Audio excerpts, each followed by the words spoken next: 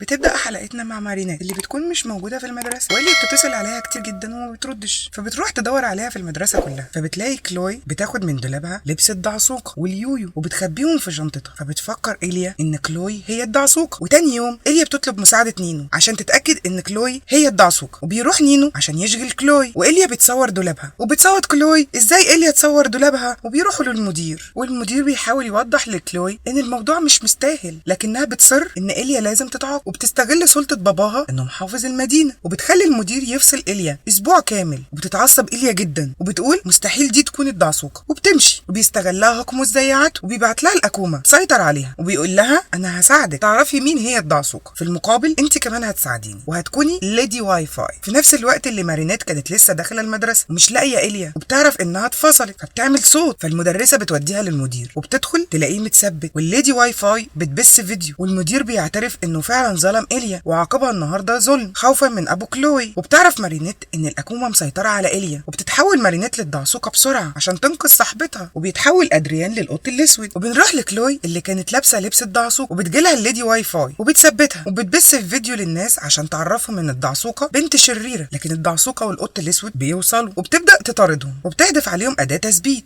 لكنهم بيطلعوا يجروا منها. وبتعرف الدعسوقة ان قوتها من شبكة الواي فاي، وعشان كده فضلوا ينزلوا لتحت اكتر عشان الشبكة تفصل. فالليدي واي فاي بتفهم خطتهم، فبتطلع تاني وبتقفل كل الابواب وبتسيب لهم باب واحد، وبتبقى مجهزه لهم فخ، وبتظهر وبتبدا ترمي عليهم تثبيت. وبتحاول الدعسوقة تمسكها، لكنها كل مرة بتهرب منها وتخرج من شاشة موبايل تاني. فتبدا الدعسوقة تكسر كل الموبايلات اللي موجودة، والليدي واي فاي بتحبس الدعسوقة في المج، والقط الاسود بيحاول يدخل لهم من طريق تاني. وبتبدا المطاردة بين الليدي واي فاي والدعسوقة، وبتقدر الليدي واي فاي انها تكتف الدعسوقة في الحيط، وبتبث الفيديو للناس. وبتحاول تشيل الماسك لكنه مش بيتشال، وبيوصل القط الاسود، لكن الليدي واي فاي بتحبسه هو كمان في ثلاجه، وبيقع منه الخاتم. وبتفكر الليدي واي فاي هتعمل ايه، فبيقول لها هوكموس انها تخليها تستخدم تعويذه الحظ عشان يخلص وقت التحول بتاعها. ففعلا بتقرر تفكها وبتسيبها، وبتقول لها يلا بقى روحي انقذي القط الاسود قبل ما يتحول لايس كريم، انا ورايا حاجات كتيره تانية. وبتسيبها وبتمشي. وفعلا الدعسوقه بتستخدم تعويذه الحظ، تديها علبه تظهر لها الخط، وفعلا بتحط العلبه في الميكروويف وبتوجهها على القفل المقفول بثلاجه. في الوقت اللي ادريان بيلاقي الخاتم، وبيتحول للقط الاسود، وبينفجر الميكروويف وبيوقف الشبكه وبيفتح الباب. لكن وقت النقاط بيكون قرب فعلا يخلص، والليدي واي فاي حاطه كاميرا عشان تبث اللي بيحصل جوه. فالدعسوقه بتطلب من القط الاسود انه يغطي الكاميرا بسرعه، وبيروح يوقف شبكه الواي فاي وبيستخدم القططيه. لكن الليدي واي فاي بتظهر له تاني وبترمي عليه تثبيت، لكنه بيرمي عليها العصايه بتاعته فبتنشغل فيها، وهو بيدمر شبكه الواي فاي وفعلا بيفصل الشبكه. وبتخرج من الدعسوقه، وبيحاول القط الاسود ياخد منها الموبايل، لكنها بتكون لسه هتضربه. فبتوصل الدعسوقه وبترمي عليها اليويو وبتشد ايديها، فبيقع منها الموبايل وبيتكسر. وبتخرج الاكومه وبتزيل منها الشر. ترجع إيليا لطبيعتها، وكل حاجه بترجع تتصلح تاني. وإيليا بتكون مبسوطه جدا انها قابلت الدعسوقه والقط الاسود، وكانت عايزه تعمل معاهم مقابله، لكن وقت النقط قرب ينتهي، وبيطلعوا يجروا بسرعه وبيسيبوها. وهوكموس بيتعصب برضه من الدعسوقه والقط الاسود زي عادته، وبيتوعد لهم زي كل مره، وبرضه ما بيعرفش يعمل حاجه. وبنروح لمارينيت وإيليا اللي بتقول لها مش ادريان بالماسك واللبس كده شبه القط الاسود. مارينيت بتقول لها كفايه بقى جنان، انت ما اتعلمتيش من المره اللي فاتت ولا ايه؟ وبتاخد منها التليفون وبيطلعوا يجروا ورا بعض وبيضحكوا سوا. وتخلص حلقتنا. دمتم طيبين يا احلى الحلوين، وما تنسوناش بقى في اللايك والشير. سلام.